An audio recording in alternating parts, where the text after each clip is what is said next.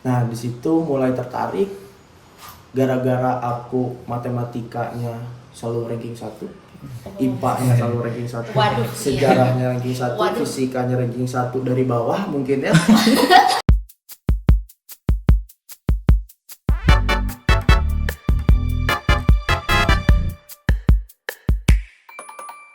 Yang para sekalian, aku Heidi dan di samping aku ada teman aku.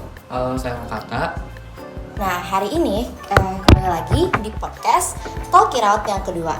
Nah, hari ini kita datang bintang tamu yang sangat spesial banget karena beliau ini udah lama terjun di dunia teater. Nah, kamu penasaran gak sih, Ra, kayak dunia teater tuh kayak gimana sih? Prosesnya kayak apa aja, capek enggaknya kayak gimana? Ini udah penasaran, langsung aja kita mulai ya. Di sini ada sebelumnya mau dipanggil Kak Hikari atau Mas Ari aja? Bebas mau mana aja. Bebas. Juga saya nengok. Oh ya, tapi kita panggil kita perkenalan dulu aja kali. Boleh. Perkenalkan, nama saya Hikari Rafif Maulana. Biasa dipanggil Mas Ari. Kalau di SKC bisa dipanggil sama guru-guru, sama Mister, sama Miss. Biasanya dipanggil sama Mas Ari. Begitu? Jadi langsung ke pertanyaan pertama aja ya. Sebenarnya buat Mas Ari itu apa sih arti teater buat Mas sendiri? Arti teater. Arti teater itu kalau menurut aku teater itu sebenarnya ilmu kehidupan, mempelajari segala sesuatu tentang kehidupan. Karena di teater pun kita seperti membuat kehidupan sendiri di atas panggung. Ada misalkan adegannya tentang adegan percintaan, itu terjadi dalam kehidupan kan. Terus misalkan adegan kejar-kejaran sama polisi, penjahat dan polisi, itu terjadi dalam kehidupan. Dan itu kita pelajari. Kenapa aku bisa bilang ini ilmu kehidupan? Karena di dalam teater itu pertama kita harus paham tentang psikologi manusia, psikologi binatang, sampai ke psikologi sosial. Terus kita juga harus mengerti tentang filsafat. Terus kita juga harus ngerti tentang sastra. Kita juga harus ngerti tentang komposisi bentuk, komposisi warna, komposisi musik. Sampai kita juga harus bisa yang namanya menari, menyanyi, terus sampai ya terutama berdialog. Begitu. Oke, kalau boleh tahu udah berapa lama kakak Mas Ari di dunia teater ini? Aku mulai berteater itu semenjak aku masuk SMK.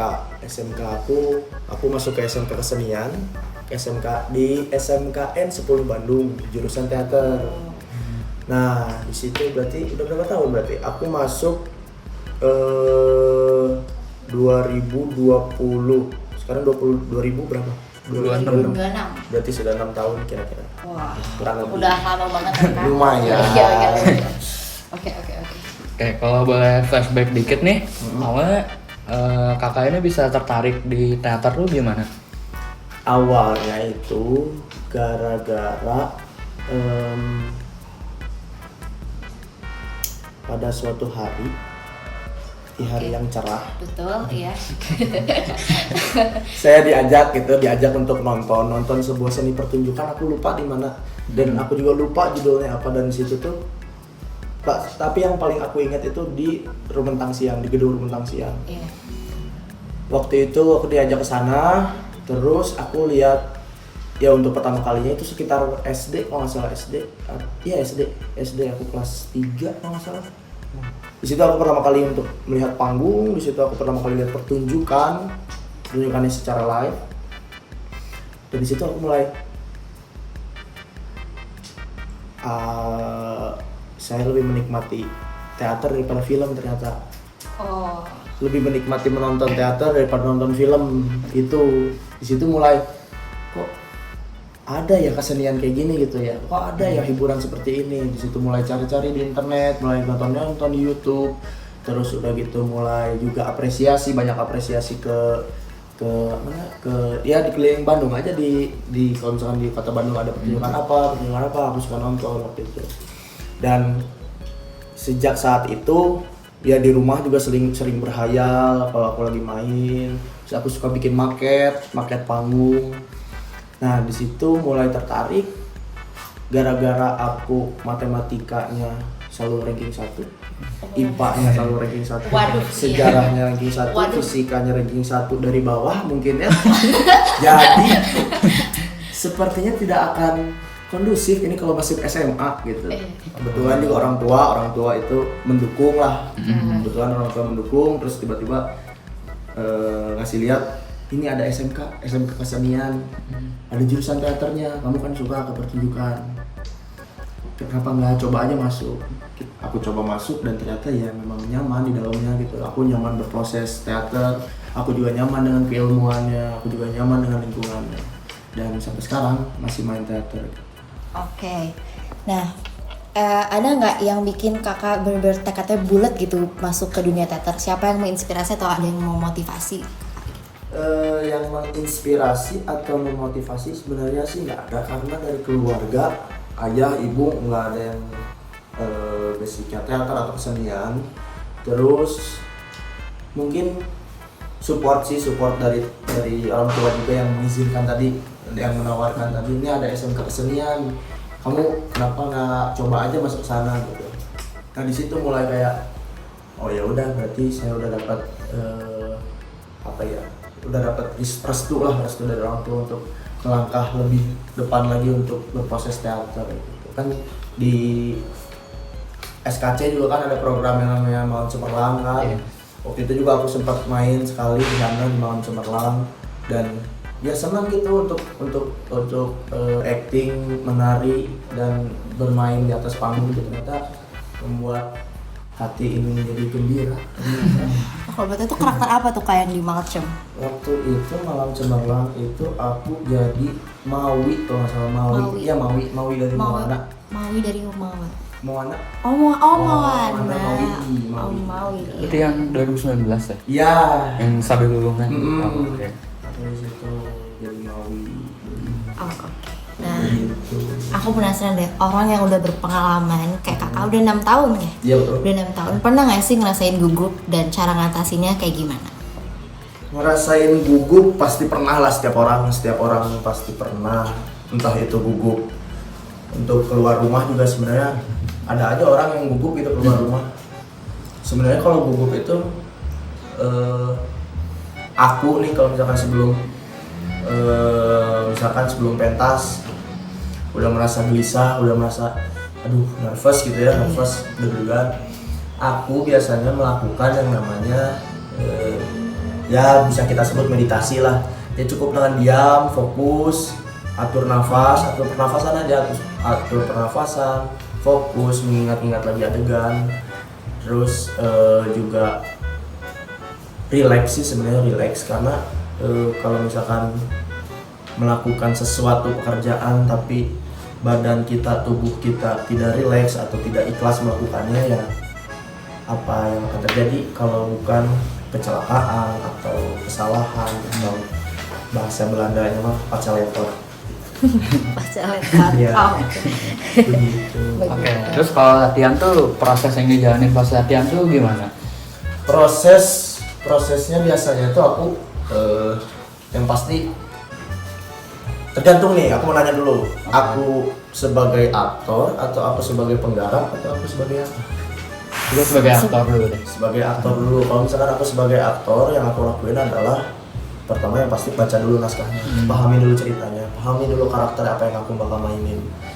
Itu langkah pertama. Kalau sudah ketemu jawaban-jawaban dari pertanyaan-pertanyaan itu, mulai dilatih, mulai dibaca naskahnya dialog per dialog, mulai dihafal dialog per dialog. Kalau sudah dihafal, mulai masuk ke tahap yang namanya pendalaman karakter.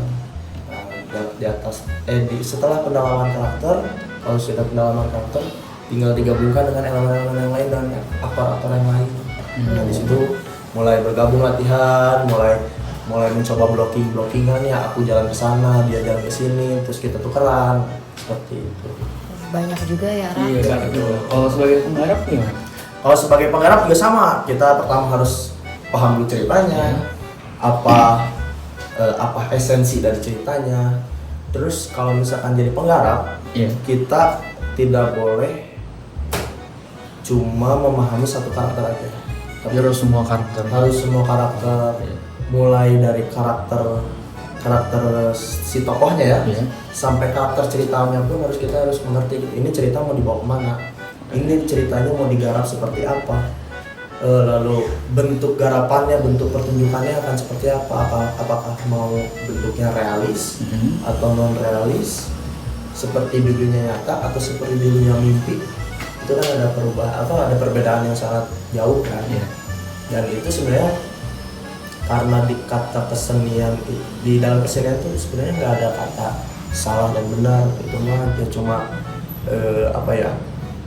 masalah selera sebenarnya, selera para pelaku seni atau apresiator.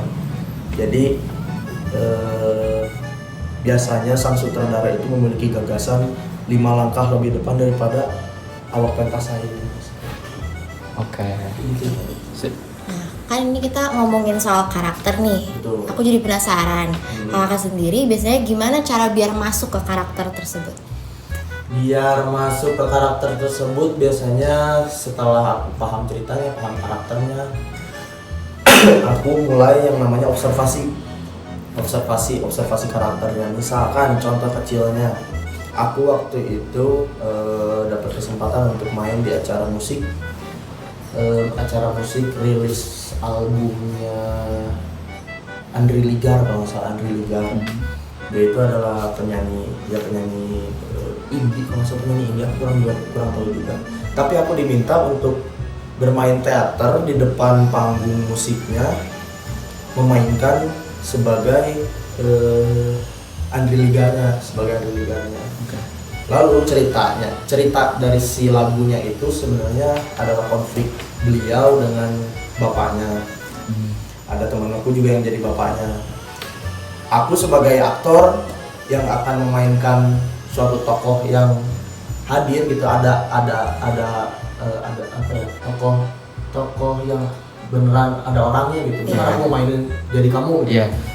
Yang aku lakuin adalah mulai ngelihat gerak-gerik kamu secara detail.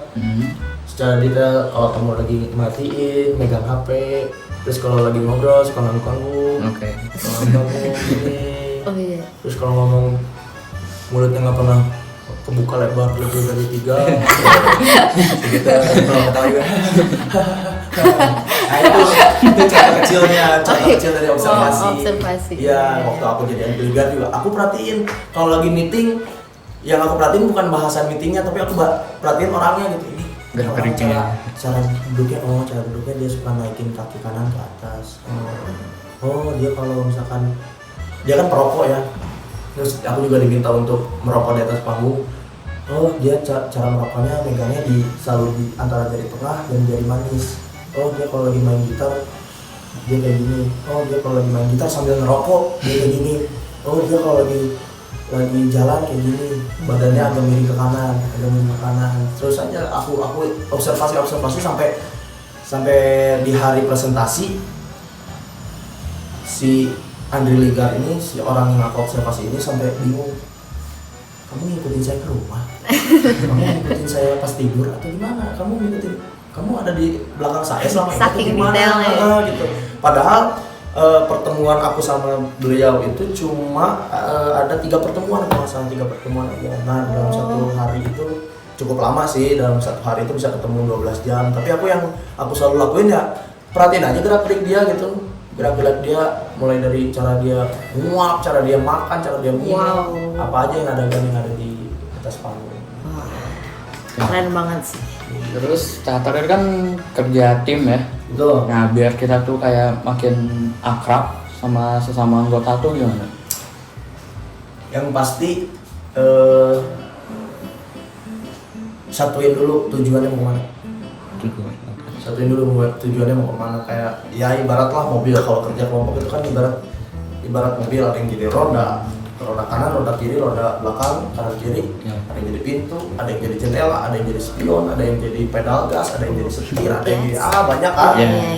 Kalau misalkan tujuannya nggak sama, roda yang kanan pengennya ke Borma, roda yang kiri pengennya ke Alfamart, nggak ada yang bener kan gitu. Ya terus pecah belah akhirnya si roda itu, atau malah jalan berhenti dan nggak tahu ini mau kemana, bingung mau kemana. Jadi hal langkah pertama yaitu dulu tentuin dulu tujuannya mau kemana. Yang kedua, tetap dalam satu kelompok harus ada leader. Kan nggak ada yang namanya leader, harus ada yang namanya sopir. Kalau nggak ada namanya sopir, ya ini bingung mau kemana gitu arahnya. Jadi tetap harus ada leader. Ada orang yang dipercaya untuk menjadi leader, ada orang yang dipercaya untuk menjadi pemimpin.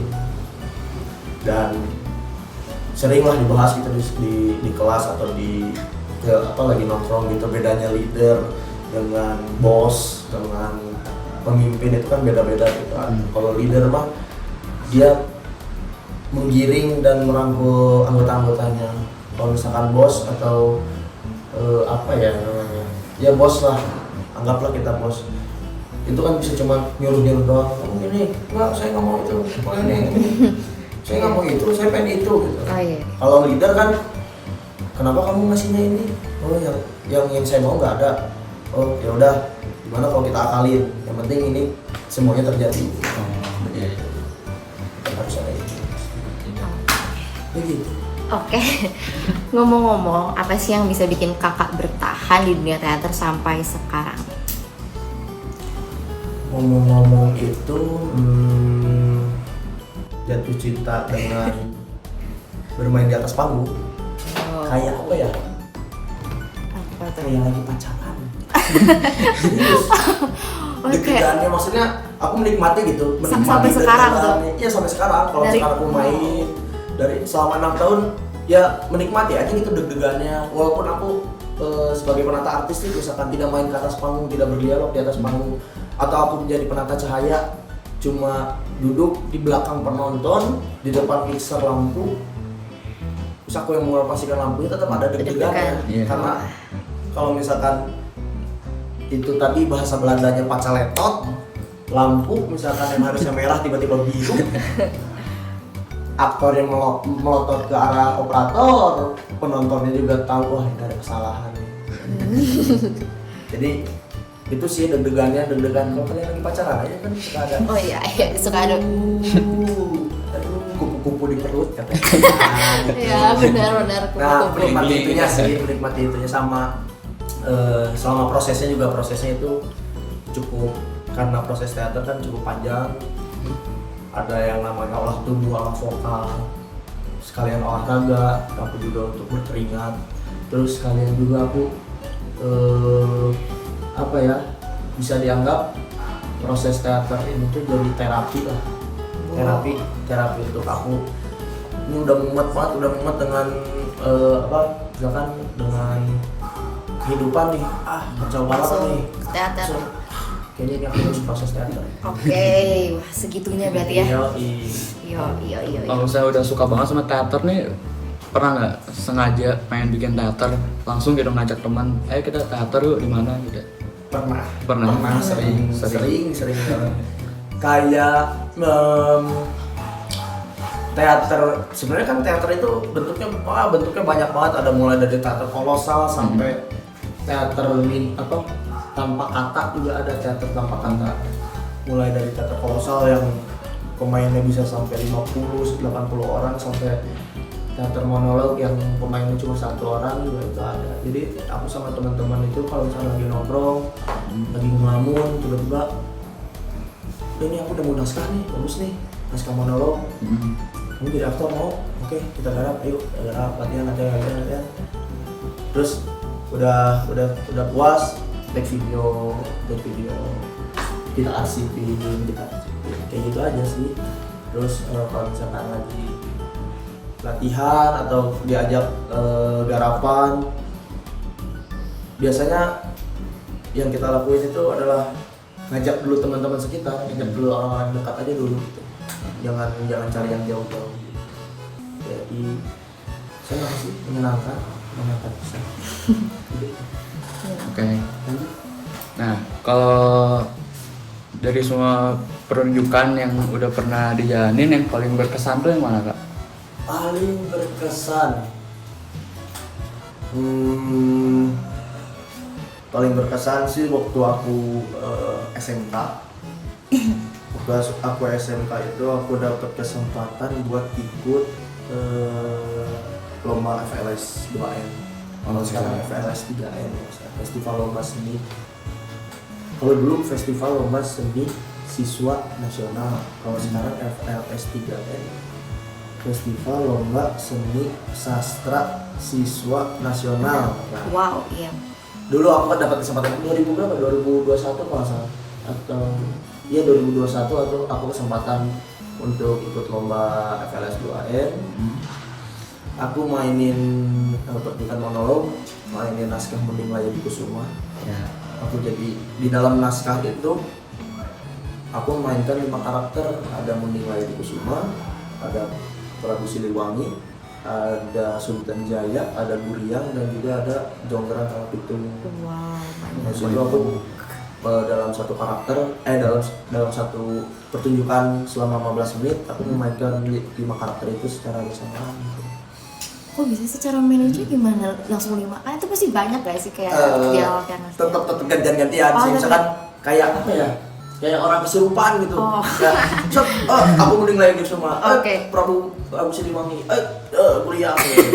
Dengan teknik dan pergantian kostum dan pergantian properti yang aku pegang gitu. Oh, oke. Itu aku dapat kesempatan ke sana. Jadi dalam waktu itu masih zamannya Covid, kalau nggak salah Covid awal-awal beres Covid. Jadi masih online kan. Jadi didokumentasiin. Kenapa berkesan sebenarnya? Ini alasannya kenapa berkesan karena pertama dapat rezeki peringkat 1 di provinsi, peringkat 3 di nasional. Terus udah gitu dapat juga pengalaman yang unik. Aku kepergok lagi tidur dalam posisi begini. Sama bapak saya Di kamar di kamar sampai ke bawah, tidur sampai ke bawah. Saking Dalam- mendalaminya itu. Yoi. Oke. Nggak tahu saking mendalami, nggak tahu gara-gara tiap hari aku ketemu Prabu Siliwangi gitu. Jadi cukup berkesan itu sih, cukup berkesan. Jadi itu juga bareng-bareng sama teman-teman SMK, sama teman-teman musik, Oh, jadi seru. musik dari Karawitan gitu. Jadi seru, menyenangkan. Terakhir nih Kak, buat teman-teman SKC yang sebenarnya penasaran tapi masih takut nih buat mulai teater. Menurut Kakak langkah kecil apa mulai dari mana deh? Mulai dari mana ya? Mulai dari jangan mager. Hei, anak SKC, jangan mager anak-anak SKC. Aku tahu. Tuh guys, hati-hati tuh. Hey. Hey. Ya mulai dari jangan mager dulu, segala sesuatu harus dilakukan jangan mager dulu.